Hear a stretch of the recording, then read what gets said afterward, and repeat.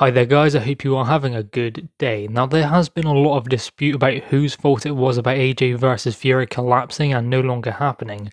I mean, Bob Arum says that Eddie Hearn was getting greedy, and Eddie Hearn has since responded saying, "It was my fault because I was getting greedy with Saudi. He's unquestionably the greediest man I've ever met, Bob Arum. He's talking absolute rubbish, he needs to go. What was it Naz said? Just finish." Now, that line about Naz, that was when George Groves fought Chris Eubank Jr. And after the contest, Naz said to the camera, "I think that Chris should finish because I don't think that he's good enough to hack it at this level or continue being a boxer, so he should just finish." That's what Naz said, and that is what Eddie Hearn is calling back to when making that comment. Now, of course, they're going to try and pass the buck. It wasn't my fault, it was their fault. Especially Bob Arum seems to be doing that, and that's clearly because he knows the situation. He knows that it could have been sorted in December. He knows that the arbitration could have been a problem, although he assured Eddie Hearn that it wouldn't be. So that's the situation, and I don't know why he needs to try and pass the buck. He should just own up to it. It doesn't matter. The situation is the situation. AJ is fighting Usyk. Tyson Fury is fighting Deontay Wilder. If they want to go back and try and make it again, which at the moment I cannot see happening, for a December fight, then that's fair enough. But given Tyson Fury will fight on the 24th of July, that hasn't been announced just yet, although that will come likely next week. Apparently Tuesday is when it will be announced. Then AJ will fight late September, mid to late September. That means that AJ will fight once this year, and likely won't have a fight in December, so no undisputed this year at all. You can see the problem with there being different promoters, because imagine if Tyson Fury was signed with Matchroom, then we would have undisputed. So it is difficult when they have to try and go out and make a deal with Bob Arum and Top Rank.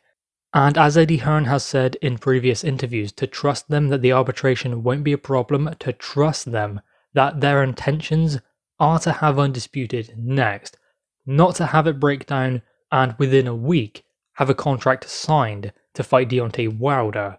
Those are the problems, especially when trying to make this kind of fight. The politics, that's what it always comes down to.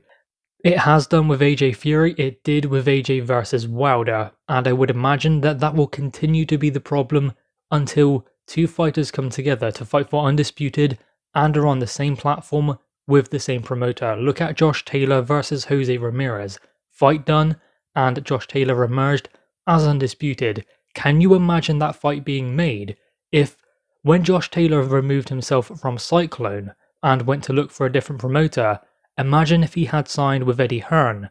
Would he have gotten the Jose Ramirez fight? Highly unlikely. So that could be the problem, and I believe that problem will continue until maybe Tyson Fury's with Matchroom, or maybe something else happens. It just seems like it's impossible for them to do this co-promotion deal, to do something where it works out for different platforms, DAZN, ESPN, Sky Sports, because obviously Anthony Joshua was still with Sky and still is at the moment, even though Matchroom's term with Sky has ended now and the UK shows will be on DAZN.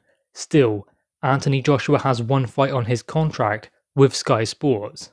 Having said that, it just seems like it's too much to ask for all of them to work together, for all of them to find a way to make sure everyone is on the same page to secure an undisputed fight of this magnitude. As I said, they were able to do it with Josh Taylor versus Ramirez.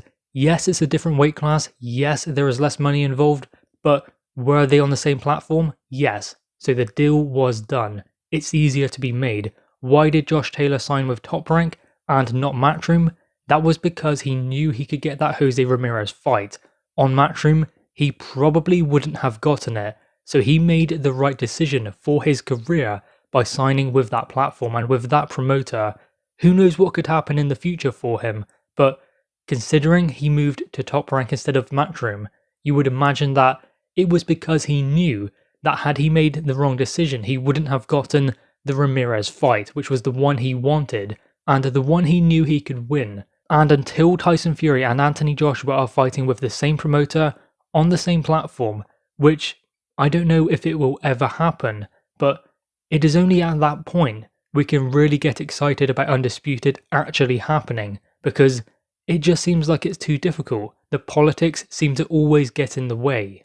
Now, going back to Eddie Hearn and his Matchroom deal with DAZN and moving away from Sky, they had their last event in Newcastle, Lewis Ritson versus Ponce, and Lewis Ritson was stopped by Ponce. It was a war, an incredible fight, and I think that Lewis Ritson really struggled in the fight, but he refused to quit. He was fighting fire with fire, but he just lacked that little bit of quality that Ponce had, and he was coming out on top.